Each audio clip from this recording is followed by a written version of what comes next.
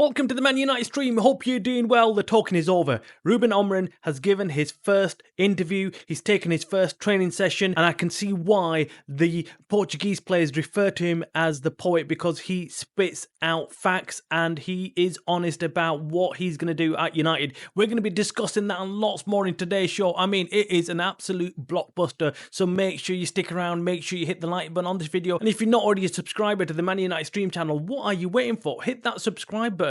We are the fastest growing Man United fan channel out there, so make sure you hit that subscribe button so you can keep up to date with all the latest Manchester United news and more from one single daily dose. Okay, so Ruben Amorim was in Carrington yesterday with his first training session with the players, and well, let's say he made an impression. The players were left gobsmacked with what he said to them and how he put everything across to them. I mean, it is completely different to how Ten Hag was managing them, and it must be a breath of fresh air for them. I mean, having Ten Hag drill everything into them about how important it is to do this, that, when then comes in Ruben Amorim, who just simply wants them to have an identity, wants them to play in a certain way that reflects what Man United are all about. And that is what we've been screaming about as fans for years. We've been asking a manager to come in and simply give the players an identity, remind them who they're playing for. They're not playing for any other club out there. This is the biggest club in the world that they are playing for. The history, the heritage that they have to remember when they go out on that pitch. They need to be proud to be playing for Man United. It's not about the money that they're getting paid. It's not about anything else, and not about the media. It's about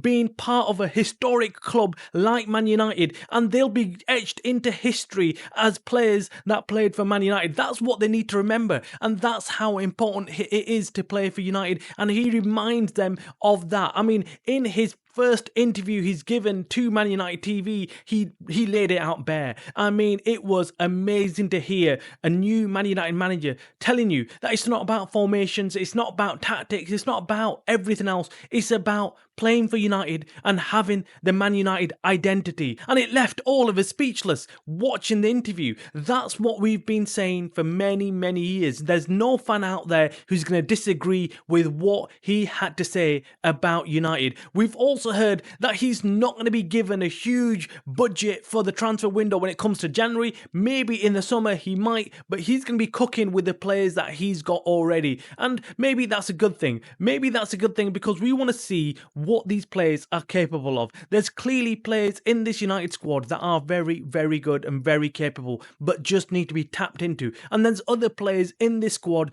that are simply not good enough and need to be let go of. We all know who they are. Look, it's very difficult as a Man United fan to go out there and start shooting down players singularly and just simply saying that they're not good enough, he's not good enough, and why they're not good enough. But we've got to accept that there are players in this squad that simply do not play the Man United way and just haven't got it in them to give it their all. And we as United fans expect every single player on that pitch to give it their all for the full 90 minutes. There should be no slacking. There should be no shrugging their shoulders and blaming other players on the pitch. It should be individually. Everybody should be playing 100% and more. Let us know in the comments below what you think about this United team. Which players would you say will not survive the new Ruben Amorim era? Will he take shots at certain players? Will he take out certain players? And will he favour other players? One thing is for sure, Amorim cares a lot about the team identity and the way the team gel together. And if there's any super egos in that dressing room, if there's any players who simply do not want to play part of the team, he will get rid of. And that's what we've already heard from Sporting fans and people around Sporting,